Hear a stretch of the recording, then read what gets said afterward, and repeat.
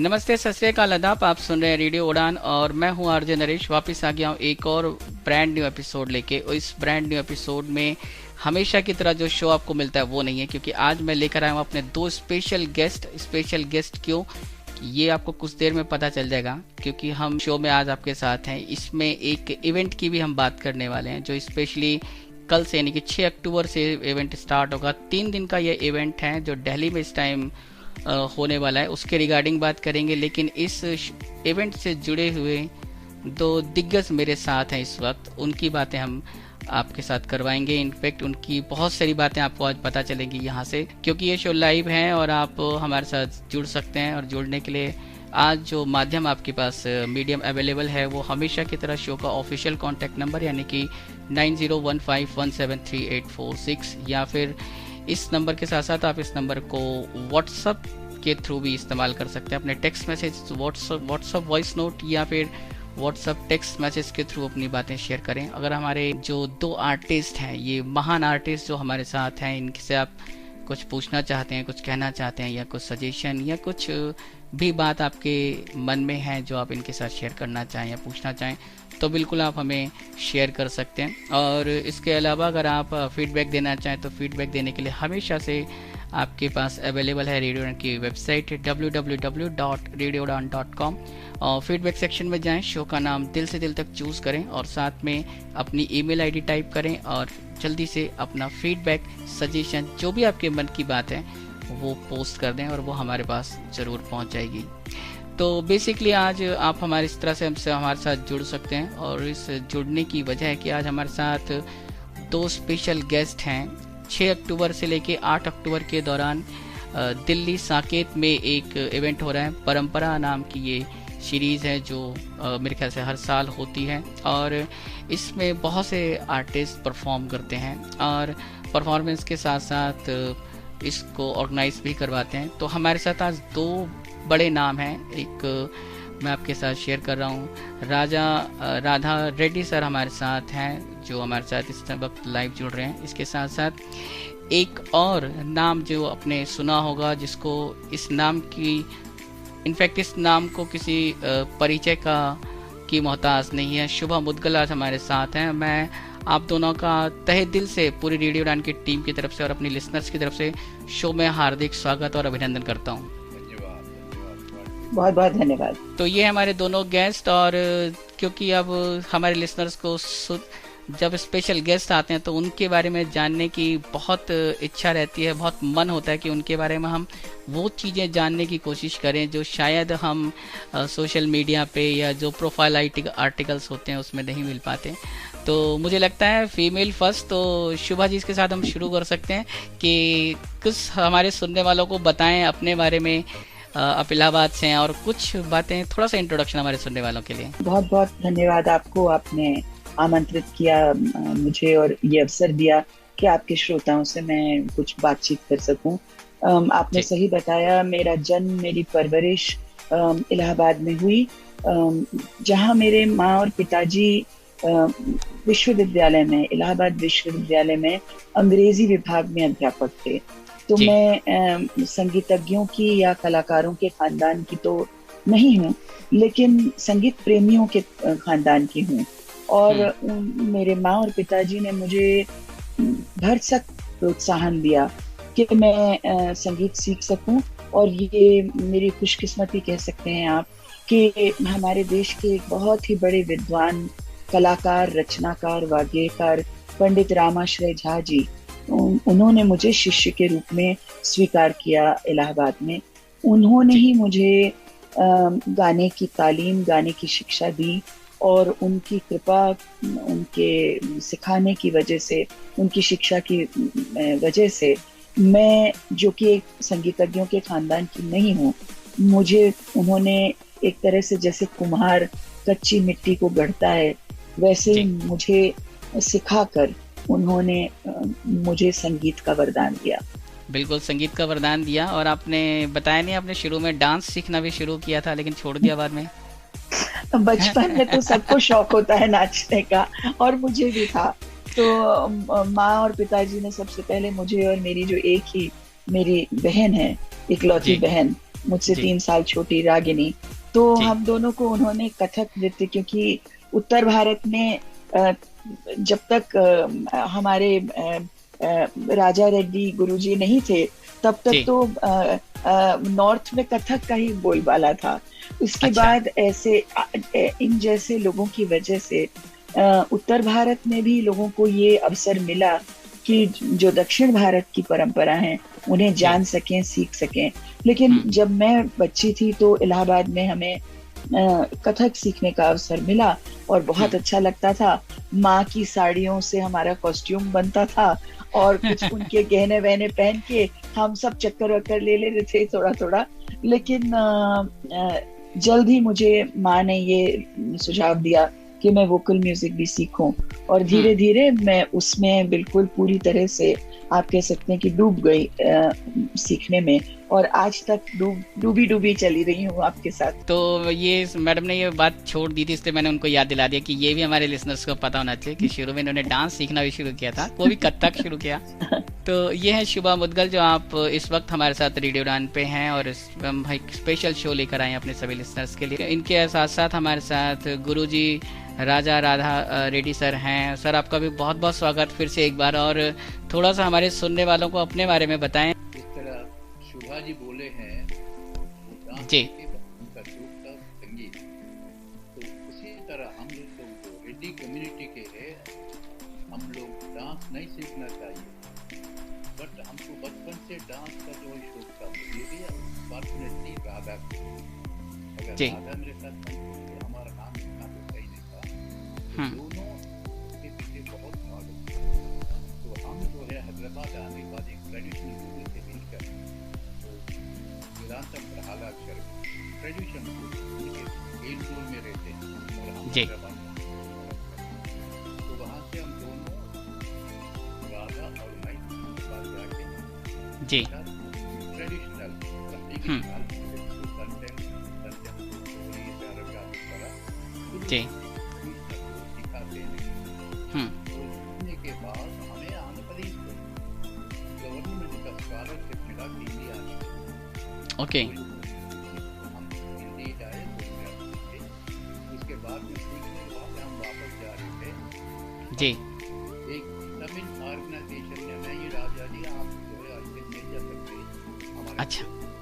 खत्म हो गया, तो जाना चाहते हैं, एक प्रोग्राम को देख के आइए आप दिल्ली में। किया जी। वहाँ पर हमने प्रोग्राम दिया, that was the full day programme in Delhi, Kuchipudi Natyam का। जी। और मैं और राधा प्रोग्राम की नेक्स्ट के साथ जो है नेशनल पेपर में आ गया, Andhra dance perform Delhi audience with क्या बात है। वो दे दैट चेंज आवर पार्ट। उसके बाद जो है लाइक पूर्व मिनिस्टर डॉक्टर करण सिंह वो जी। राजा जाने से हमारे लिए एक प्रोग्राम करके जाना, उन्होंने अच्छा। बिग ऑडिटोरियम प्रोग्राम बनाया। तो वो प्रोग्राम जो है पैक्ड ऑडियंस आ गया, और इसमें जो है फ्रांस के एविक्नोन फेस्टिवल जो होता है फ्रांस में, उसके डायरेक्टर आए थे, वो आए आके मुझे परफॉर्मेंस देने के बाद उन्होंने एम्बेसडर से कहा कि I want this performance in Avenue festival international. क्या बात है। जी। देखिए वो उससे हमको जो है एवेन्यू जाना पड़ा, और मी, राधा, मेरे गुरुजी और एक सिंगर और एक प्रोग्राम वहाँ पर जाके प्रोग्राम हमने दिया, कुचिपुड़ी डांस का।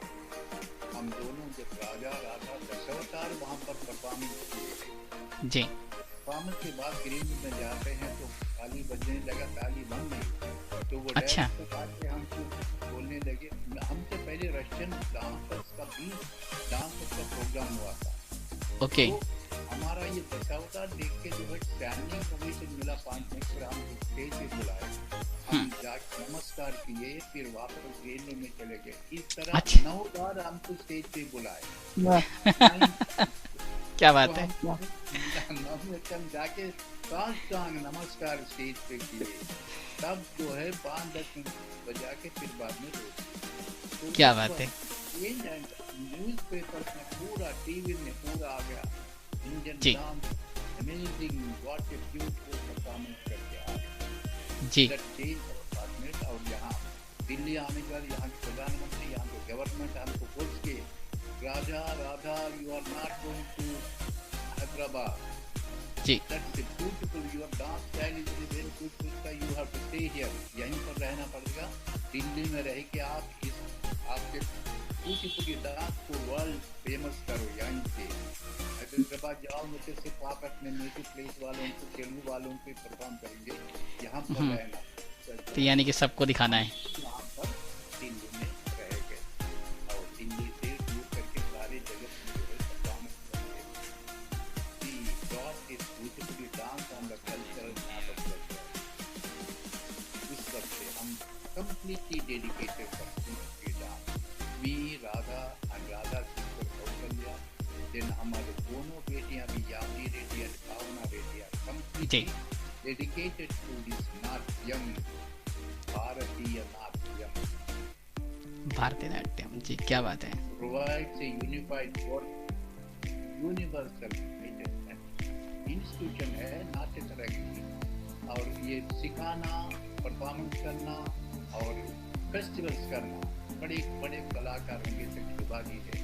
इस तरह जो है हरिप्रसाद चौरस किया है, ऐसे बुलाते हैं बड़े बड़े सिंगर को, बड़े बड़े म्यूजिशियन को, डांस फेस्टिवल साल में एक बार फेस्टिवल करते हैं। परंपरा जी कंटिन्यूटी हमारी भारत की जो नाट्यम संगीतम की वजह से Bharat is known all over the world as प्राची yoga, the nectar of the east.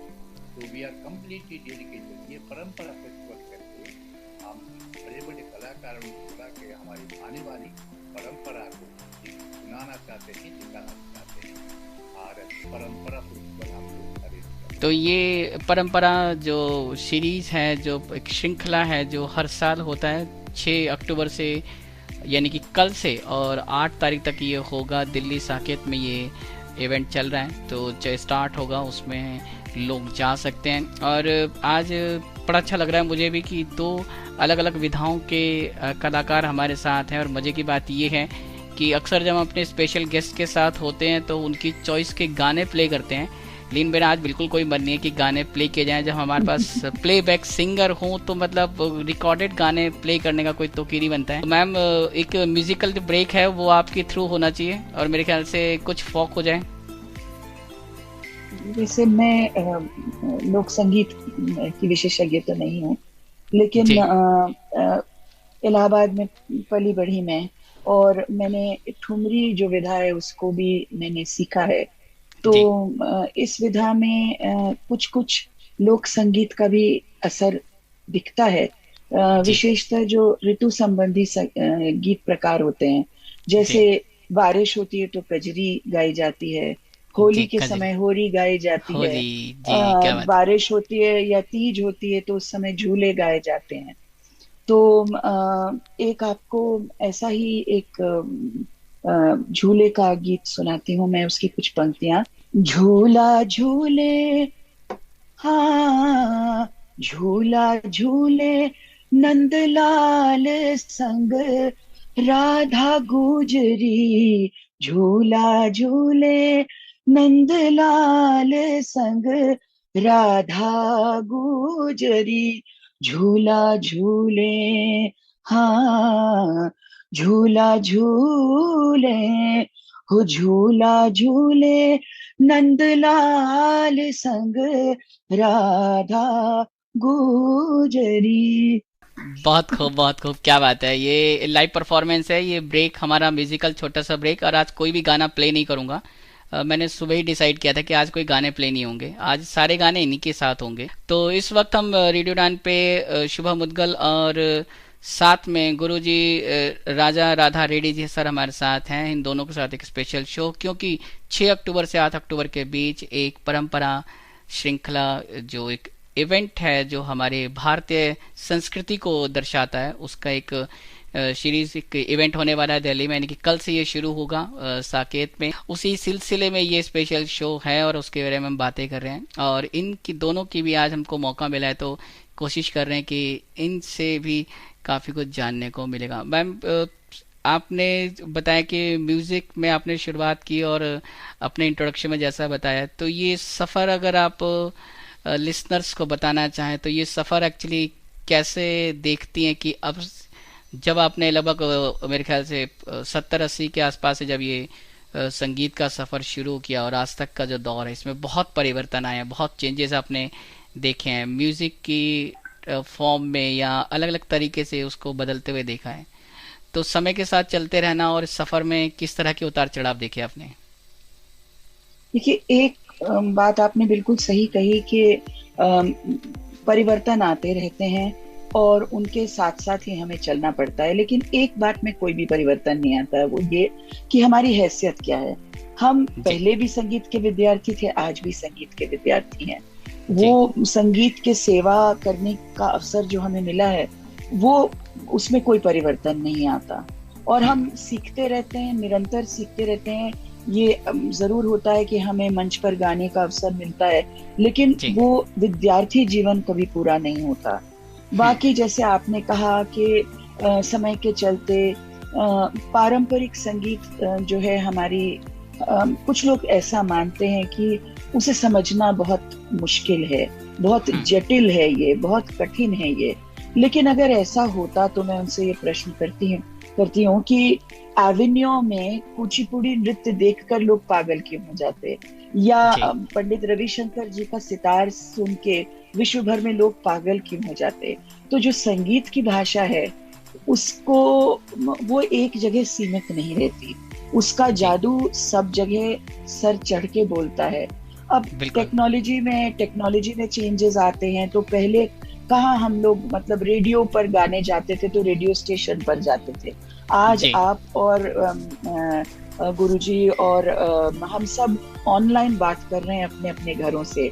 तो ये जो इंटरनेट द्वारा जो ये एक टेक्नोलॉजी एक नया एक युग लाई है, जिसमें हम विश्व के किसी भी कोने में हो, हम एक दूसरे के दर्शन कर सकते हैं, एक दूसरे से बात कर सकते हैं।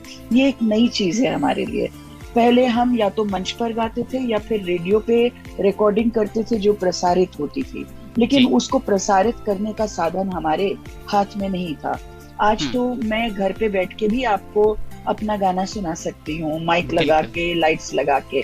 तो ये सारी टेक्नोलॉजी की चेंजेस हैं जिनके वजह से लोग कहीं भी सोशल मीडिया पे अपनी हुनर का एक छोटा सा एक दृश्य हमें दिखा सकते हैं। तो ये सारे चेंजेस हैं, उनको समझना कि हम किस तरह से सोशल मीडिया का भी इस्तेमाल करें, कितना इस्तेमाल कर रहे हैं। उसके पीछे हम, ऐसा तो नहीं है कि हमारे जो साधना का समय है वो हम सारा उसी को समर्पित कर दे रहे हैं। तो ये सारी चीजें हमें भी समझनी पड़ रही हैं।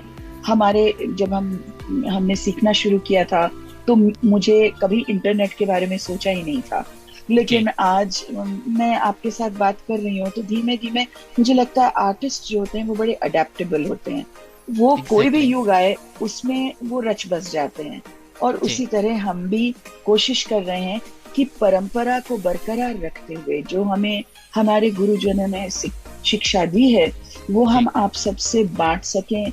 यद्यपि आप हमसे शायद उम्र में बहुत छोटे हों, लेकिन फिर भी हम संगीत की भाषा से आपसे आज वार्तालाप कर रहे हैं। और ये एक खासियत होती है कि जो सीखने वाले होते हैं, जैसे मैम ने कहा कि हम लर्नर हैं, विद्यार्थी हैं, तो ये थ्रू आउट द लाइफ चलता है कि आप जिंदगी भर कुछ ना कुछ सीखते रहते हैं, और जिस अगर किसी खास विधा में आप हैं तो आप सीखते चले जाते हैं। और इसीलिए मैडम ने कहा कि अडॉप्ट करने की जो आदत है वो बड़ी आसान हो जाती है, और उससे लाइफ बहुत आसान हो जाती है कि आपको जो मिलता जाए आप उसको ग्रहण करते जाएं, रिजिट ना हो कभी लाइफ में। रेड्डी सर, आप कैसे बताएंगे अपना इतना लंबा सफ़र, और जो बिल्कुल नीचे से लेके एक अंतर्राष्ट्रीय स्तर पे जब आप पहुंचते हैं, लोग आपको प्यार करते हैं। मेरे ख्याल से आर्टिस्ट के लिए सबसे ज़रूरी यही है कि अवार्ड्स जितने मर्जी मिल जाएं, लेकिन लोगों का प्यार कभी कम नहीं होना चाहिए। अवार्ड ना भी मिले, अगर लोग प्यार करते हैं तो आर्टिस्ट खुश होते हैं। जिस स्टैंडिंग ओवेशन की बात की, और वहाँ से और उसके बाद भी बहुत से आपके ऐसे मौके होंगे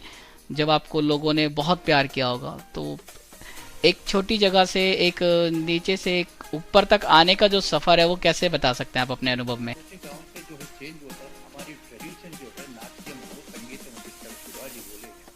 जी, पहले हम जो है डांस करते थे नीचे जो कर्टन आते हैं और कर्टन से हम एंट्री करते हैं, उसके बाद में हम अपना डांस करते हैं गाते हुए, और अच्छा इंस्ट्रूमेंटलिस्ट रहते थे वो पहले जमाने का जी के इंस्ट्रूमेंटल खड़े होते हैं, वो बजाते हैं और वो गाते हैं, इस तरह चलता था। बट अभी मॉडर्न स्टेज आने के बाद, लाइटिंग इफेक्ट्स आने के बाद, प्लेबैक सिंगर बाजू में बैठते हैं, इंस्ट्रूमेंटलिस्ट प्लेबैक सिंगर बाजू में बैठते हैं, सिर्फ dancer only on the stage, पूरा एक्टिंग करना पड़ता है जी। अगर हम अपने मुद्राओं से जो है शिव जी बनते हैं, पार्वती बनते हैं, इस तरह जो है मुद्राओं से जो स्टेज पे बहुत अवकाश रहते हैं अपने आप के छोटे ग्राउंड से आ गए हम यहाँ पर कैपिटल ऑफ आंध्र प्रदेश में रह के उसके बाद कैपिटल ऑफ इंडिया में आए। आने के बाद हम अपना परफॉर्मेंस कर रहे हैं तेलुगु लैंग्वेज, कुचिपुड़ी डांस का लैंग्वेज तेलुगु संस्कृत का। यहाँ पर दिल्ली में आके हम परफॉर्मेंस किए 10-15 साल तेलुगु लैंग्वेज संस्कृत पे। तो हमारा परफॉर्मेंस का ये नेशन विजन के जो है फाउंडर डॉक्टर शिवराम मूर्ति, उन्होंने आर्ट ऑफ इंडिया करके बहुत बड़ा किताब लिखा जी। तो उन्होंने हमारा डांस देखने के बाद स्टेज पे आए, स्टेज पे आके वहाँ पर आने से पहले गिर गए वो उनकी बीवी आके इमीडिएटली उनको प्यार कर टैबलेट देके जो है उठाई। हम बोले सर प्लीज आप मत आइए, no mister this you have to speak. वहाँ पर आए, पैसे कमाने आए तो टुडे ये डांस बोल के आई have seen the complete dance. Complete मतलब आप जानते हैं अवर नाट्यम, तांडवम और लास्यम जी। और जब राधा लास्यम करती है तो मैं तांडव करता हूँ, दोनों मिलके जो है प्रकृति पुरुष इस तरह तांडवम लास्यम इस तरह करके तो कंप्लीट डांस देखे। देन उन्होंने next you will not need that, next उन्होंने बुलाया नेशनल म्यूजिक में आपको ठीक के लिए mister your dance is super beautiful. Complete dance मैंने देखा पहली बार मेरे जिंदगी। और आप यहाँ पर अपने रीजन से आके नॉर्थ इंडिया में आप जो है अपनी तेलुगु लैंग्वेज बोल रहे हैं, आधा लोग नहीं समझते। इन हिंदी इन नॉर्थ इंडिया अगर हिंदी में करते हैं तो आपका डांस का अप्रिसिएशन बहुत होगा। तो उस वक्त से डॉक्टर शिवराम मूर्ति के एडवाइस से मैंने हिंदी में जो है जो भी रामायण के है जी मेरा वजन है, और जैसे कि दुर्गा जी बोले हैं हिंदुस्तान म्यूजिक रविशंकर जी करते हैं संगीत के लिए वो कंपोज करके मैं करने लगा और भी पॉपुलर कर गया। यहाँ पर हिंदी में जब करोगे तो इतना जो है समझते वो और उसका अप्रिसिएशन ज़्यादा होता है। ग्रामर अब थोड़ी इंटैक्ट करना चाहिए जी। अब भाषा लेते हैं दूसरी भाषा में, जैसे कि APJ अब्दुल कलाम जी जो है प्रेसिडेंट थे, उन्होंने हम डांस देख के जो है उन्होंने भी राष्ट्रपति वाले बुला के उनका वो कुछ पोइट्री है, पोइट्री लिखते हैं तमिल में और हिंदी में, इंग्लिश में जी। करके I want Raja you to choreograph my item. तो देन मैंने बताया उसको भाई यहाँ पर तमिल का नहीं कर सकता बट हिंदी का कर, इंग्लिश का कर। तो जो एकदम प्ले करके इंडिया मैं इंडिया ब्रेक में इंडिया करके जी वो कोरियोग्राफ किया, लैंग्वेज इंग्लिश में था ओके डांस कुचिपुड़ी करके एंड वहाँ पर कमाने आर्ट प्रेजेंट कर रहा था। तो उन्होंने जस्ट ही एम पर ओनली 15 मिनट जी अपना कंपोजिशन देके जाने वाले 15 मिनट तो आए बैठे हैं कमाने आर्ट प्रेसिडेंट ऑफ इंडिया आके बैठे हैं, देखे परफॉर्मेंस देखे तो उनके गार्ड्स आए जो आकर 15 मिनट हो गया ठहरो रुको, और 15 मिनट बाद दूसरा दोबारा आ गया सर हाफ एन आवर हो गया मैं बोलने तक तुम मेरे पास नहीं आ रहा जी। उन्होंने हमारा 2 घंटे का प्रोग्राम देखा, देख कर स्टेज पे आए उन्होंने जी happy so happy Radha Radha को जो भी आपने लैंग्वेज देते हैं वो कोरियोग्राफ करते हैं। उसी तरह रविशंकर जी का जो है शिवाजी बनाते हैं वो तराना है, नारिदानी तुंदिदानी तदरी तदा तेरे नदी ताने दारी तेरे नाथ तानी दारी नारिदानी, इसका हमने कोरियोग्राफ किया जी। तो उन्होंने नॉट बिलीव शिवाजी को उन्होंने लासेन जैसे मेरी बेटी कहते थी, बड़ी बेटी कहते थी तरह, तो वो हमको पता नहीं था कि रविशंकर जी आएंगे, क्योंकि वो रविशंकर जी अमेरिका में रहते हैं, कन्या रविशंकर जी अमेरिका, तो वो आए हैं बैठे हैं। लकीली मेरी बेटी करी तो उनके आंखों से पानी देखा मैं, क्या बात है, वो गाना देख के, और वो बोलने लगे राजा आपने तो ऐसा किया सिर्फ मैं कुचिपुड़ी के लिए ही जो है कंपोज किया हूँ, इस तरह तो अपना अपना एबिलिटी होता है कोरियोग्राफी करने का। हमने कोरियोग्राफ किया ब्यूटीफुल, टाइम के साथ में चेंज करना बहुत जरूरी है, बट ग्रामर इंटैक्ट रखना बहुत जरूरी है। हिंदुस्तानी में म्यूजिक में कभी नहीं कि कोई nobody has done Kuchipudi dancers, और इंग्लिश लैंग्वेज में भी APJ अब्दुल कलाम का हमने किया है, it became very popular, people wanted to see that, actually demand होता था जी। तो ये लैंग्वेज तेलुगु था, बट मैंने जो इंग्लिश में किया, हिंदी में किया और उर्दू में भी किया, सब लैंग्वेज यूज है कुचिपुड़ी डांस। तो आर्टिस्ट के लिए कभी भी जो लैंग्वेज है वो बाधा नहीं बनती है, स्पेशली जब डांस की बात, जैसा रेड्डी सर हमें बता रहे हैं। शिवा जी, आपको भी कभी ऐसा महसूस हुआ कि डांस तो फिर भी एकदम एक ऐसी विधा है जो आपको सिर्फ देखनी है और समझनी है, लेकिन जैसे आप सिंगिंग करते हैं, गाना गाते हैं और हिंदी में गा रहे हैं या किसी जो हम फोक में गा रहे हैं, और वो कई बार आपको परफॉर्म करना पड़ता है अलग अलग जगह पर जाके, तो क्या कभी ऐसा लगा कि आपको बाधा, शायद लैंग्वेज बाधा बन रही है कहीं पे, या हो जाता है? नहीं, मुझे कभी ऐसा नहीं लगा कि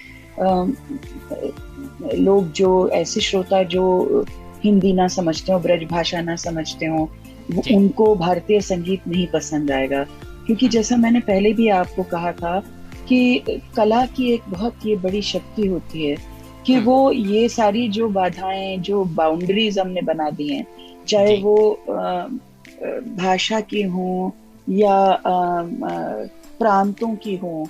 अब अगर कोई अच्छा, मान लीजिए कोई बंगाल का कोई कलाकार बहुत सुंदर बंगाली गीत गाए और मुझे बंगाली भाषा ना समझ में आती हो, फिर भी सुर और ताल की भाषा तो मेरे हृदय पर जरूर, हाँ, और उसका मैं मतलब इसीलिए तो ऐसा होता है ना कि हम भारतीय सुनने वाले श्रोता, हम बाहर से भी कलाकारों को आमंत्रित करते हैं, उनकी कला का आनंद उठाते हैं, और बाहर के कलाकार भारतीय कलाकारों को बुलाते हैं, उनकी कला का आनंद लेते हैं, क्योंकि वास्तव में कला की जो परिभाषा है उसमें ये निहित है कि वो हर चीज से ऊपर उठ के, परे उठ के, भाषा, प्रांत, धर्म, इन सब से उठ के लोगों से कुछ कहती है, उनके हृदय पर कुछ असर करती है।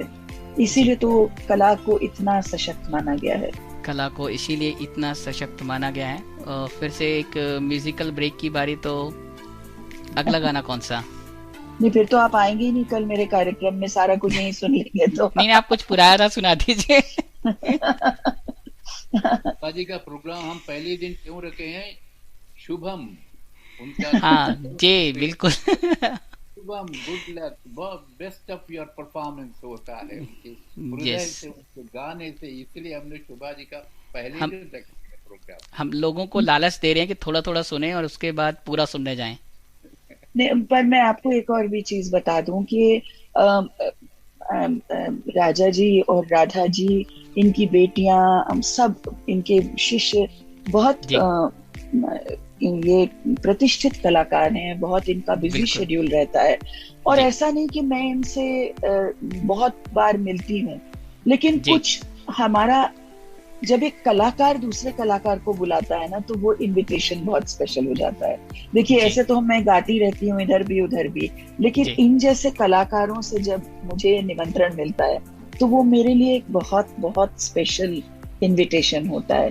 और उसका उसका जो आनंद है ना, वो मैं आपके साथ साझा करना चाहती हूँ कि ना केवल ये स्वयं बहुत प्रतिष्ठित कलाकार हैं, लेकिन परंपरा जो अपनी है, जो हमारी पारंपरिक कलाएं हैं, चाहे वो भारतीय शास्त्रीय संगीत हो या नृत्य हो या इंस्ट्रूमेंटल म्यूजिक हो, उसको श्रोताओं के समक्ष पेश करना, जब एक कलाकार स्वयं पेश करता है, तो ऐसी छोटी छोटी चीजों की हमें चिंता ही नहीं करनी पड़ती है जो और आयोजकों के साथ हमें करनी पड़ती है, क्योंकि हम एक सहृद हो जाते हैं, तो हमको लगता है कि एक दूसरे कलाकार ने हमको बुलाया है। तो इसलिए दिस इनविटेशन ये बहुत स्पेशल है मेरे लिए कि इतने बड़े कलाकारों ने मुझे बुलाया है। फिर इसी इनविटेशन पे कुछ हो जाए। मुझे इशारा समझ में आ गया से आप क्या कह रहे हैं, वो मैं बाद में बताऊंगा, अगले ब्रेक में बताऊंगा मैं। जी, आपको एक छोटी सी एक बड़ी सुंदर एक बंदिश है यमन राग में, वो आपको सुनाती हूँ। वो एक बहुत प्रतिष्ठित रचनाकार थे नाटू जी, उनकी बंदिश है। और आमतौर पे ब्रजभाषा में आपको ख्याल की बंदिशें मिलती हैं, लेकिन ये हिंदी की एक बंदिश है जो बहुत सुंदर है। देखिए, आपको शायद आपके श्रोताओं को पसंद आए। सांझ भई उदित भय, सांझ भई उदित भय, जब नभ के तारे, जब नभ के तारे, गिनत गिनत पत्थर गए नैनवा हमारे, सांझ भई उदित भय, सांझ भई उदित भय। क्या बात है, क्या बात है, बहुत खूब, बहुत खूब। इस वक्त आप रेडियो डान पे शुभम मुदगल और राजा राधा रेड्डी सर के साथ हैं, और ये दोनों हमारे स्पेशल गेस्ट हमारे साथ बात कर रहे हैं। और बातों बातों में वक्त नहीं पता चला कितना सारा हो गया, लेकिन अभी भी हमारे पास इनके लिए वक्त है, और शायद घड़ी की कोई वजह नहीं है। इन्हीं के पास टाइम कम रहता है, हमारी कोई चिंता नहीं है, हम इनके लिए टाइम हमेशा बढ़ा सकते हैं। और रेड्डी सर, आपके पास आऊँगा, और ये जो एक श्रृंखला है आपकी, जो एक सीरीज है परंपरा, इसकी शुरुआत कैसे हुई, और मतलब कहाँ से ये आइडिया आया कि इस तरह की शुरुआत होनी चाहिए जो एक एनुअल इवेंट बन जाए? ये साल 27वां साल है जी। ऐसे तो हमारे इंस्टीट्यूशन ने 76 में स्टार्ट किया, नाट्य तरंग इंस्टीट्यूशन दिल्ली में, बट ये परंपरा फेस्टिवल का जो है ये 27th ईयर है। तो ग्रेट स्कॉलर्स जो है एडवाइस अपनी भारतीय परंपरा का जो है ये जिंदा रखना है राजा, आप जो है मतलब ये सिखाना है, फिर परफॉर्मेंस करना है। ये एक ऐसा फेस्टिवल रखे जिसमें संगीत भी हो, नाट्य भी हो और साहित्य भी हो, इस ड्रम से मृदंगम या तबला जो रिदम भी हो, ऐसा एक फेस्टिवल रखिए जो अपनी आने वाली पीढ़ी जो है वो देखेंगे कि ये है, they should know the greatness of our Bharat. Ji. Bharat is known all over the world as Prachi Sudha because of Natyam and Sangeetam. अब हमारे गुरु जी बोलते वही नाट्य संगीत शास्त्रानि निर्मितानि मनीषिभिः तस्मात् सर्व शास्त्रज्ञो यस्य शांतम मनस्सदा। ये इस तरह जो है भरत मुनि वहां से जो है कैलाश से जो अपने धरती के ऊपर, भारतीय धरती के ऊपर आकर different parts of world, different parts of our Bharat में डांस सीखा है। आप जानते हैं नाट्य वेदम का ही बेस है, बट रीजनल इन्फ्लुएंस से जो है वो आंध्र प्रदेश में कुचिपुड़ी बना, तमिलनाडु में भरतनाट्यम बना, कथकली डांस केरला में बना, फिर ओडिसी डांस उड़ीसा में बना, और कथक नॉर्थ इंडिया में, इस तरह मणिपुरी डांस मणिपुर में है।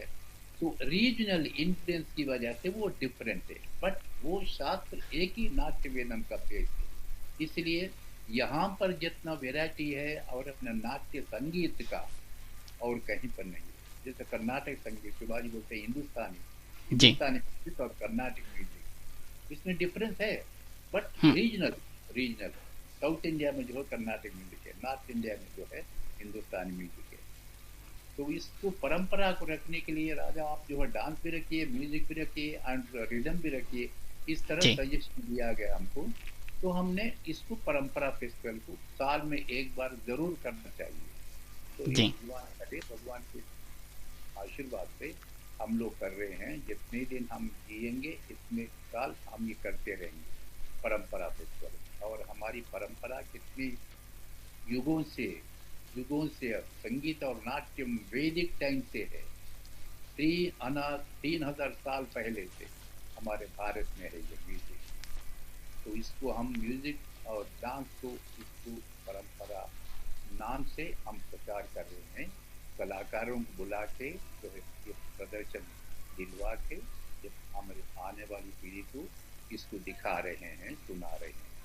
Greatness of our Bharat. तो ये जो पूरी परंपरा श्रृंखला है जो हर साल होती है, तो इसका वेन्यू आप चेंज करते रहते हैं या स्पेशली दिल्ली में ही होता है हर साल? नहीं, दिल्ली में भी हमने, हैदराबाद में भी किया था, इंटरनेशनल फेस्टिवल किया था ये साल जी कमानी आर्ट में। यहाँ पर करने के बाद फिर हम हैदराबाद गए, वहाँ पर भी किए।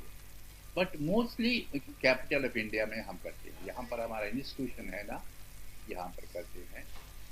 लोग देखने के लिए आते हैं, डिफरेंट स्टेट से भी आते हैं। Always she is not in Delhi, जी बट दिल्ली आते चाहते हैं कि Raja ji please invite Shubha Mudgal. Force करते हैं, वो फोर्स करते हैं, हमको बुलाना पड़ता है इस तरह। यस वो बहुत जरूरी है। तो रेड्डी सर बता रहे हैं कि परंपरा श्रृंखला कैसे शुरू हुई और कैसे इसकी वेन्यू चेंज होती रहती है। ऐसा नहीं कि सिर्फ दिल्ली में होती है और अलग अलग जगह पर ये होती है। इस बार हमें मौका मिला है कि ये दिल्ली में है, तो आप बिल्कुल तैयार होके पुष्प विहार साकेत में जगह है, वहाँ पे आप जा सकते हैं। बाकी डिटेल अगर आपको चाहिए तो हमारे थ्रू भी आपको डिटेल्स मिल सकते हैं वेन्यूज़ के, तो उसके लिए भी तैयार रहें। और कल ही शुभा जी की परफॉर्मेंस भी है पहले दिन पे ही, तो उसके लिए भी आपको रेडी रहना है। और मज़ेदार चीज़ें हो रही हैं यहाँ पे हमारे शो में। मैं एक कन्फेशन मैं आपके साथ ज़रूर शेयर करूँगा, वो थोड़ी देर बाद करूँगा, बड़ा मज़ेदार आएगा। क्योंकि आज मेरे साथ जो दो म्यूज़िक के म्यूजिशियन है या इनको कलाकार कह लीजिए, संगीत से जुड़े हुए हैं और गहन रूप से बहुत गहराई तक जुड़े हुए हैं। शिवा जी, कितनी बार आपने परंपरा में परफॉर्म किया हुआ है? ये शायद दूसरी या तीसरी बार मैं परफॉर्म कर रही हूँ। वैसे नाट्य तरंगिनी की ओर से मैं दिल्ली के बाहर भी परफॉर्म कर चुकी हूँ उनके निमंत्रण पे, लेकिन परंपरा सीरीज में शायद ये मेरा दूसरा या तीसरा शो है। ओके, दूसरा या तीसरा शो है, कोई बात नहीं। अभी आपको और भी बहुत सारे शो मिलेंगे। सर ने बोला है वैसे भी कि मुश्किल होता है, लेकिन वो सर आप कोई बात नहीं, अगली बार जरूर इनवाइट कीजिए इनको, हर बार कीजिए, ये हर बार आए। नहीं, भारत में बहुत अच्छे अच्छे कलाकार हैं और उन सबको सुनाने का, उन सबका काम दिखाने का काम करती है ये परंपरा सीरीज। तो एक ही कलाकार को बार बार नहीं बुलाना चाहिए। मैं श्रोता के रूप में भी जाती हूँ, तो मुझे आनंद आएगा कि मैं अलग अलग लोगों को सुनूं। डिमांड होता है ना, हमको भी कितने लोग टेलीफोन के सुबह मुझे बुला रहे हैं क्या आप, तो हमको बुलाना पड़ता है। आप दोनों से एक बड़ा इंटरेस्टिंग सा सवाल, अभी जो शिभा जी ने बात की, वो दोनों से एक सवाल पूछूंगा, उसका दोनों जवाब दे सकते हैं। अभी अभी अचानक मेरे मन में आया कि एक वक्त होता है कि जब आप परफॉर्म कर रहे होते हैं, आपने कैरियर शुरू किया, 10 साल 20 साल 30 साल लगातार आपने अपनी विधा के लिए सेवा की, उसमें समर्पण दिया, सब कुछ किया। फिर एक दौर आता है जहाँ पे आप चाहे परंपरा शुरू हुआ या कोई और भी इवेंट्स आप शुरू करते हैं, जहाँ पे आप चाहते हैं कि अब आप कर रहे हैं, आप करें, यहाँ तक तो ठीक है, लेकिन अब दूसरे बच्चे या दूसरे जो नए कलाकार हैं वो भी आपके माध्यम से समाज को अपनी विधा दिखाएं। तो ये जो चेंज होता है या एक परिवर्तन होता है, जहाँ पे आप ये डिसाइड करते हैं कि चलो अब बारी है दूसरे लोगों को, हमारा हो चुका या हमने जितना करना था वो हो चुका है, अब बारी है कि दूसरे लोगों को भी मौका मिले। तो ये जो चेंज है ये कैसे आता है एक्चुअली? क्योंकि कई बार होता है ना कि हम थोड़े से वो रहते हैं कि नहीं अभी तो मेरा टाइम है, अभी तो मैं और कर सकता हूँ, कर सकती हूँ। तो फिर कैसे चेंज आता है, उसको कैसे एक्सेप्ट करते हैं कलाकार? ऐसा है कि जो परंपरा हम कर रहे हैं, कोई दूसरे लोग भी कोई पिछड़ करते हैं तो हम उनको एनकरेज करते हैं, डेफिनेटली करना चाहिए। अगर हमारा देख के जो है जैसे कि डेडिकेशन देख के जो है दूसरे आने वाले जो यंगर जनरेशन देख काफी जी करके जो है उनको वो भी करते हैं फेस्टिवल करते हैं, हम्म परंपरा भी करते हैं। कहीं पर आई थिंक कहाँ पर है, अहमदाबाद में या वहाँ पर देखे एक लड़की कर रही है, परंपरा के नाम से फेस्टिवल कर रही है। जी तो इस तरह करते हैं तो कल we feel very happy actually. Encouragement करना चाहिए, जो भी हमके भारतीय कला को जो है समर्पण होते हैं, कंप्लीट डेडिकेटेड होते हैं, जरूर एनकरेज करना चाहिए। शुभा जी कुछ कहना चाहेंगे? शायद आपका प्रश्न ये था कि कलाकार ये कैसे निर्णय करता है कि उसको कब रिटायर करना चाहिए। आप ये शायद प्रश्न पूछ रहे थे। रिटायर एक्चुअली एक रिटायरमेंट नहीं है एक्चुअली, वो कई बार आप खुद भी परफॉर्म कर रहे हैं, लेकिन आप प्लेटफॉर्म भी दूसरों को भी देना चाहते हैं कि आप भी आए मेरे साथ, अगर मैं कर रही हूँ या मैं कर रहा हूँ तो कई बार लोग रिटायर भी कर जाते हैं। मेरे ख्याल से ऐसा भी होता है कि कुछ लोग कहते हैं कि बस अब 30 साल मेरे हो गए तो अब ठीक है, अब दूसरों की बारी, अब मैं नहीं कुछ नहीं करना। ऐसा भी होता होगा शायद। जी मुझे लगता है कि कलाकार हो या स्पोर्ट्स पर्सन हो या जो जी भी कोई ऐसा काम कर रहा है जिसमें पब्लिक आई में है वो, तो जी उनको स्वयं निर्धारित करना होता है कि मेरा स्वास्थ्य कैसा है। जैसे मैं कंठ संगीत में सीख रही हूँ, तो जी क्या ऐसा तो नहीं हो रहा है कि मेरी आवाज अब मेरा साथ नहीं दे रही है। तो जी इन सब, या मेरा शरीर मेरा साथ नहीं दे रहा है, तो हम्म इन सब चीजों को ध्यान में रखते हुए कलाकार अलग अलग समय पे, ऐसा कोई रिटायरमेंट की एज नहीं होती कलाकार की। और एग्जैक्ट बल्कि शास्त्रीय संगीत में तो हमने कई बार ऐसा देखा है कि ऐसे बहुत सारे नाम हैं बड़े दिग्गज कलाकारों जी के, जी जिनको अगर आप कहेंगे, अगर आप उनको विकिपीडिया में ढूंढेंगे कि वो उनकी उम्र क्या है, तो जी 80 90 से भी ऊपर के भी कलाकार रहे हैं और उन्होंने बखूबी मतलब मंच प्रदर्शन किए हैं। तो जी ये हर व्यक्ति का अलग एक अपना डिसीजन होता है कि कब वो मंच पर प्रदर्शन बंद करें। पर मंच पर प्रदर्शन करने का ये अर्थ नहीं होता है कि हम अपना काम बंद कर दें, जी क्योंकि जैसे आप मछली को जब पानी से निकालते हैं ना, तो आपको पता है क्या होता है। उसी तरह जी कलाकार के लिए उसके जीवन भर, आजीवन, वो मंच पे हो या मंच के परे हो, उसका जी काम चलता रहता है। रही हम्म बात और लोगों को प्रेजेंट करने का, तो कहीं ना कहीं एक समय ऐसा आता है जब लोग आपके पास आते हैं और कहते हैं कि मुझे आपसे सीखना है। और जी हमारे विद्या देने की परंपरा हमारे गुरुजनों ने हमें सिखाई है। देखिए, जी मैं तो बिल्कुल नौसिखिया थी जब मैं अपने गुरु के पास गई, तो जी उन्होंने फिर भी मुझे स्वीकार किया, उन्होंने समय दिया मुझे। यद्यपि वे बहुत विद्वान थे और बहुत व्यस्त भी थे, लेकिन फिर भी मुझ जैसे नौसिखिए को उन्होंने टाइम दिया। तो मेरा जी फर्ज बनता है कि जब मेरे पास कोई बच्चा आए, कोई युवा कलाकार आए और कहे मुझे आपसे सीखना है, तो मैं भी अपने, न केवल अपने घर के, लेकिन अपने दिल के दरवाजे भी उसके लिए खोल दूं और कहूं कि आइए, आपका स्वागत है, मेरे पास जो है मैं आपके साथ बांट सकती हूँ। तो जी ये काम हम सब करते हैं। और शुरू से, चाहे वो बिल्कुल युवावस्था में हो या जब हम और बड़े हो गए या वृद्ध हो गए, अलग अलग कलाकारों, जो फेस्टिवल होते हैं, जी फेस्टिवल का मतलब ही यही होता है कि विविध कलाकारों के काम का प्रदर्शन आपके सामने रखा जाए। तो एक कलाकार से फेस्टिवल नहीं बनता। जब फेस्टिवल तभी होता है जब 2-3 दिन अलग अलग कलाकारों, अलग अलग स्टाइल्स, अलग अलग फॉर्म्स को आप देख सुन पाए। तो जी वो हमें आदत होती ही है कि हम दूसरों का काम सुने, देखें, सीखें, परखें और उसका आनंद लें। तो कभी इस बात में संकोच नहीं होता कि भाई जी ये, बल्कि कई बार तो ऐसा होता है कि आप एक छोटा सा बच्चा अपने माँ पिता के साथ आपके पास आता है और माँ पिता कहते हैं कि ये हमारे बच्चे को संगीत में बड़ी रुचि है, जरा सुनिए। और मैं सुन के भौचक ही रह जाती हूँ कि भाई जी ये 6 या 7 साल का बच्चा क्या गा रहा है, कितना जी बढ़िया गा रहा है। तो उम्र, कला जो है ना, उम्र के भी परे है, तो वो उम्र बिल्कुल को भी हताश कर देती है कई बार। इसीलिए तो हमारे कितने सारे कलाकार कालजयी हुए हैं। बिल्कुल ठीक बात है। और एक म्यूजिकल ब्रेक की बात आई है, लेकिन रेड्डी सर इस बार जो म्यूजिकल ब्रेक की बात थी वो आपकी तरफ इशारा था। मैम पिछली बार जो बातें कर रही थी अपने गाने से पहले, वो आपकी तरफ इशारा था कि इस बार अगली बार जब बारी आएगी तो आप सुनाएंगे, मतलब आपका टर्न आ गया है। तो अब आप क्या सुनाने वाले हैं? डांस तो पॉसिबल नहीं है रेडियो पे लोगों को दिखाना, वो हम अपने यूट्यूब चैनल बहुत पे अच्छा दिखा सकते गाते हैं। नहीं, वो बहुत अच्छा गाते हैं, बहुत अच्छा हैं। जी गाते हैं। आपने देखा ना उन्होंने तराना कैसे सुनाया। जी जी, तभी तभी मेरे को पता चला कि सर की वेट वारी। अब सर म्यूजिकल ब्रेक आपकी तरफ से। अब हमारा जो है वो सुर में रहता और राग में भी नहीं रहता, बट हम गाते हैं। बचपन जी। से जो शौक था, गाते हैं। इस तरह सुभाजी गाए है ना, गाने के बाद हमको गाने के लिए दिल नहीं बोलता। नहीं नहीं नहीं, नहीं गाना नहीं। तो पड़ेगा, ये तो ऑन डिमांड है। हम गाना तो हम नहीं गाते, डांस करते हैं बस। हाँ, नहीं करते सर, हैं। उसके लिए तो बड़ा मुश्किल हो जाएगा, वो रेडियो पे पॉसिबल ही नहीं एक्चुअली। नो मच, जैसे कि तेलुगु लैंग्वेज में है, कोई जैसे बात नहीं, आप सत्य जिस भामा लैंग्वेज में कवि। गाना चाहते हैं उसमें गा सकते हैं, हमारे सुनने वाले सब जगह हैं।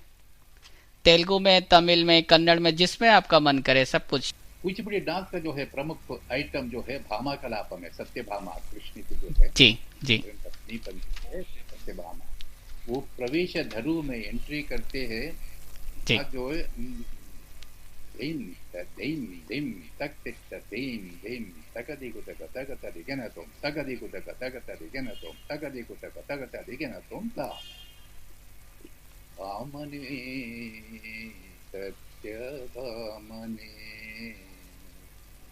सत्य भामने सत्य भामने भामने पदियारु वेल कोमलूलंदरिलोन भामने पदियारु वेल कोमलूलंदरिलोन ललना चलिया मगुवाए में भामने सत्य भामने। वाह। क्या बात है, क्या बात है। She was proud of her beauty. She was proud of her, dynasty, health, wealth, wealthy थी। इसलिए घर में जो है वो ये ट्रेडिशनल गुरु रखे हैं। रेडी सर, संगीत, नृत्य, सब कुछ जो आप दोनों की जिंदगी का अभिन्न अंग है, या रच बस गए हैं इसी में। लेकिन थोड़ा सा कभी कुछ ऐसा होता है कि कुछ अलग करते हो, कभी म्यूजिक से हटके, डांस से हटके कुछ और हॉबीज हो, कुछ पसंद हो, कुछ करना, घूमना फिरना, क्या पसंद है आपको ज्यादा? मुझे घूमना फिरने का तो पसंद नहीं है, लेकिन मैं जब यहाँ पर रहता हूँ, ट्रीज के बीच में जो हो चिड़िया उड़ती रहती हैं और वो झगड़ा भी करते हैं, वो प्यार भी करते हैं, बर्ड्स का जो है देखता हूँ मैं, इंस्पिरेशन बहुत मिलता है और जी। हमको किस तरह करना चाहिए। अब हम्म। अभी जो है वो जैसे कि पंचभूत में जो है नाच होता है, किस तरह आकाश में जो है जी होता है, जमीन पे जो है वो जो गहनों का किस तरह, ज्वेलरी का किस तरह डांस होता है, और जी हवा में किस तरह जो है उड़ता है हवा, इस तरह मोमेंट्स का जो है इंस्पिरेशन हमको मिलता है। वो इंस्पिरेशन हम अपने डांस में यूज करते हैं। डांस ही हमारा जीवित है, जीवन, हमारी चलना, हमारी उठना, हमारी सांस लेना, पूरा डांस ही है।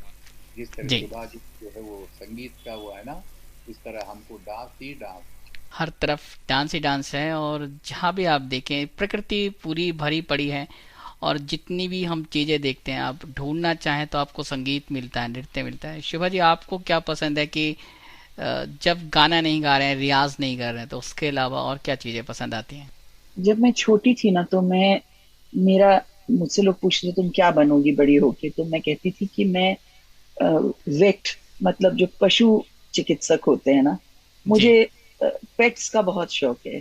और बचपन से मेरे घर में 4 पैर वाले बहुत प्राणी होते हैं। जी तो अभी भी मेरे पास घर पे 2 ऐसे प्राणी हैं जो मेरे परिवार का अभिन्न अंग है। और जी मुझे पेट्स का बहुत शौक है, मुझे बागबानी का बहुत शौक है। मुझे अ, मैं गवैया तो नहीं मतलब कह नहीं सकती कि बन गई, गाना सीखा मैंने, लेकिन जी। खवैया जरूर हूँ, मैं खवैया खूब हूँ। तो और फिर और बनाने का भी मीठे, शौक होगा? बिल्कुल, और मीठे का भी बहुत शौक है। अंग्रेजी में कहते हैं ना 32 स्वीट टीथ है मेरे। तो अच्छा। मुझको मीठे का बेहद शौक है। जी। और चाहे वो गुलाब जामुन हो या इमरती हो या फिर कुल्फी हो, मुझे बहुत पसंद है। तो कभी परहेज आड़े नहीं आता इन चीजों के? देखिए, परहेज कुछ तो करना पड़ता है। कुछ ऐसी ऐसी सामग्री होती है जिससे आपके गले को कुछ नुकसान पहुंच सकता है। हम्म। लेकिन ऐसा भी नहीं है कि मतलब डर के बैठ जाएं और सोचें कि बस अरे आज मैंने एक मूंगफली खा ली तो मेरा तो गला बैठ जाएगा। अच्छा। जो रियाज होता है जिससे जिससे आप अपने गले को मजबूत बनाते हैं, हम्म। जो ध्यान रखना जरूरी है। लेकिन उसके पीछे ऐसा नहीं होना चाहिए कि बिल्कुल एक वो प्रॉब्लम बन जाए। तो हम्म। स्वाद गाने का और खाने का मैं बराबर लेती हूँ। मतलब कुछ छूटना नहीं चाहिए। हाँ, मतलब अगर ऐसी कोई चीज हो, बेहद ठंडा पानी पी लिया, कुछ ऐसा इतना खट्टा खा लिया कि कुछ प्रॉब्लम हो जाए, वो काम नहीं करूंगी। और विशेषतः जब आपको कल गाना हो तो फिर ये रिस्क नहीं लेना चाहिए। एक दो लेकिन दिन ऐसा पहले। नहीं। हाँ, जरूर ध्यान देना पड़ता है। अच्छा, वो रिस्क आप तब लेते होंगे जब 4-6 दिन तक कोई परफॉर्मेंस ना हो, तो वो रिस्क ले सकते हैं। नहीं नहीं, गला। देखिए, हमें तो रोज गाना पड़ता है। मतलब जी। मंच पे नहीं, लेकिन रोज तो हम घर पे गाते ही हैं। तो जी। ऐसा नहीं कि आवाज बैठ जाएगी तो वो अच्छा नहीं लगता, फिर हम्म। अपना काम नहीं होता। लेकिन स्वाभाविक है, दिल्ली में हम रहेंगे, यहाँ पे एयर क्वालिटी के बारे में तो आप सबको पता ही है। जी। तो जी। जी। थोड़ा सा ख्याल रखना और थोड़ा सा ध्यान रखना जरूरी पड़ता है। लेकिन बावजूद उसके मैं आनंद ले लेती हूँ कई सारे स्वादिष्ट चीजों का। जी, रेडी सर, आप क्या क्या पसंद करते हैं खाने में स्पेशली? अब तो आप दिल्ली में हैं और यहाँ बहुत कुछ है। मैं पसंद क्या करता हूँ, जरा मिठाई ज्यादा पसंद करता हूँ। बट अभी अभी यूज की वजह से हमको बंद कर दिया गया। जैसे कि शिवा जी बोले ना, गुलाब जामुन को वो गुलाब जामुन मुझे भी बहुत पसंद है। जिलेबी भी अच्छा। बहुत। बट थोड़ा सा कंट्रोल करना पड़ता है अपना जो हेल्थ के लिए। एज के बाद एक थोड़ा age age old age problems आते हैं ना, तो जी। हमको to take care. Otherwise I take everything. Rice हो, चपाती हो, और जो भी वो खाता। वेजिटेबल्स, नॉन वेजिटेरियन खाता हूँ, बट सर्टन डेज में मैं I don't take non vegetable. When जी। Performance is there that day, and hmm. Saturday no, मंगलवार नो नॉन वेज, इस तरह जी। वेजिटेरियन होता। तो आपको तो तो ओल्ड एज का प्रॉब्लम होना ही नहीं चाहिए। डांसर को ओल्ड एज का प्रॉब्लम कहाँ से आएगा? नहीं, डांसर कहेगा ना, नी प्रॉब्लम है अभी हमको। जैसे कि कथक में खड़े खड़े करते हैं, बट भरतनाट्यम में कुचिपुड़ी हम लोग को बैठ, ओडिसी में बैठ के करना पड़ता। आधा आधा सीटिंग, ओके। चौकट जी। करके वो जो स्टेप्स करना पड़ता है। तो उससे जो है थोड़ा नी प्रॉब्लम हो गया। अच्छा, okay okay. Otherwise I do the mime and movement वो करता हूँ। अभी भी कितना वक्त देते हैं आप अपनी प्रैक्टिस को डेली रूटीन में? बहुत कम प्रैक्टिस करता हूँ, सिखाता हूँ। जी। सिखाता जो है दिखाता हूँ, मूवमेंट खड़े रह के दिखाना पड़ता है। जी। कभी कभी जो है फुटवर्क का जो है प्रॉब्लम होता है, तो स्टूडेंट्स को मैं बताता हूँ, I am not able to sit properly, I am okay. Not to bend my knees properly, but you have to do like this. आपको इस तरह करना पड़ेगा करके मैं बच्चों को बोलता हूँ, सीखने वाले, तो वो समझ जाते हैं। एक एक सवाल मेरे मन में है जो मैं आप दोनों से पूछना चाहता हूँ। और ये जो आपका इतना लंबा एक्सपीरियंस रहा है अपनी अपनी फील्ड में, म्यूजिक का शिवा जी के साथ, नृत्य का, डांस के साथ रेड्डी सर का, इन इतने लंबे एक्सपीरियंस के साथ जो कुछ अचीव किया है, अचीवमेंट से मैं आज आपसे उन अवार्ड्स की बात नहीं कर रहा हूँ जो अपने आपको मिले हैं गवर्नमेंट के थ्रू या ऑर्गेनाइजेशंस के थ्रू, कहीं से भी। इस तरीके से देखते हैं पूरे अचीवमेंट को, अभी तक का अचीवमेंट अगर आप खुद काउंट करना चाहते हैं। मैं चाहता हूँ कि कलाकार खुद बताए कि उसका अचीवमेंट आज तक क्या रहा है। तो शिवा जी, पहले आप बताएंगे। मुझे तो लगता है मेरे लिए जो गुरुओं ने जो मुझे उदारता से सिखाया है, वो जी। मेरे लिए सबसे बड़ा एक अवार्ड है। और फिर श्रोताओं ने जो मुझे अ, स्नेह दिया है, प्रेम दिया है, आशीष दी है, जी। शुभेच्छा दी है। आप जी। जैसे लोगों ने मुझे अपने कार्यक्रम में बुला के जो सम्मान दिया है, वही सबसे बड़ा अवार्ड है मेरे लिए। रेड्डी सर, क्या कहते हैं अचीवमेंट क्या है बेसिकली जो आपको फिजिकल जो अवार्ड्स मिले हैं वो हैं, या कुछ और देखते हैं इस अवार्ड के नजरिए को? मतलब हम लोग इतना ये नहीं था वो अवार्ड मिले ये अवार्ड मिले, बट ये अवार्ड का मैं आपको क्या बताऊं, जो तो 1983 में जो है एक नॉन अलाइन मीट हुआ था जी। उस वक्त जो है 6 डांस स्टाइल प्रेजेंट किए थे उस वक्त की प्रधानमंत्री जी ने। जी। तो 6 डांस स्टाइल्स में जो नॉन अलाइड मीट में जो 110 heads of state from all over in world जी यहाँ पर थे, उसमें जो है अब हमारे डांस होने के बाद जो है फिडेल कैस्ट्रो क्यूबन प्रेसिडेंट जी तो वो हमारे प्रधानमंत्री को पाया ऐसा अपने हाथों पे उठा लिए और बोले कि I want this dance in Cuba. क्या बात है। अब वो प्रधानमंत्री बोले कि होगा होगा वो करके फिर वो अपने हाथों से नीचे उतारे प्रधानमंत्री को, और हमको जो है क्यूबा भी अक्टूबर में वहां पर क्यूबन प्रेसिडेंट वो 3 दिन प्रोग्राम था, 3 दिन ही was there in the auditorium, और हमारा परमिशन लेके वो रिकॉर्ड कर सकते हो कि रेड्डी जी परमिशन लेके रिकॉर्ड किए हमारा प्रोग्राम। उसके बाद में बहुत बड़ा रिसेप्शन दिए, रिसेप्शन देने के बाद next day we left to USA. तो वहाँ पर प्रोग्राम था, क्यूबा के बाद में वहाँ पर प्रोग्राम था, और हम आने के बाद में 24 जनवरी आए हम वापस दिल्ली। वहाँ पर आते मिडनाइट जो है 3 राधा के नाम से 3 टेलीग्राम और हमारे नाम से 3 टेलीग्राम आए मिडनाइट में आके। टेलीग्राम देने वाला दे तो उसको डोर के नीचे से फेंक दो करके बोलते नहीं ये डोर के नीचे से देने वाला नहीं, हाथ से देना है हमको। अच्छा। दरवाजा हमने खोले, वो 3 राधा के नाम से 3 मेरे नाम से है। मतलब एक प्राइम मिनिस्टर से, एक प्रेसिडेंट से, एक जो है वो कल्चर मिनिस्ट्री, इस तरह 3 होम मिनिस्ट्री। तो वो टेलीग्राम देखे हम लोग शॉक हो गए, एंड राधा ऐसा अपना मुंह खोलिए शॉक, वो बंद नहीं कर सकी। मैं डर गया ये क्या हो गया ये क्या हो गया। उसके बाद अपने मुंह के दोनों हाथों से मैंने बंद किया। टेलीग्राम से you are going to get Padmashri. क्या बात है। टेलीग्राम का उस वक्त जो है वो जन पोल, तो हम उसके बाद बहुत खुश हो गए, एंड दूसरे लोगों से भी टेलीफोन आया। अवार्ड देने के बाद, पद्मश्री अवार्ड देने के बाद हमने टी पार्टी रखते हैं वहाँ पर।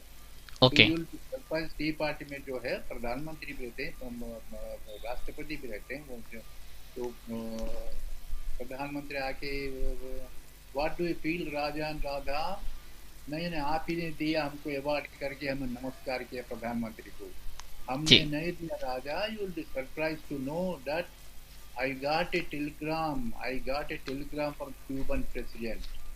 ओके। उन्होंने टेलीग्राम दिया प्रधानमंत्री को, I have seen complete India in Raja and Radha Reddy performance. क्या बात है। वो बोलते ही वो हमें पता ही नहीं था, पर प्रधानमंत्री ने जो है हमारे घर भेज के home minister, deputy home minister से हमारा बायोडाटा सब वो मंगा लिए हैं। हमको पता ही नहीं था, हमको अवार्ड ही मिलने के बाद ही शॉक हो गए थे।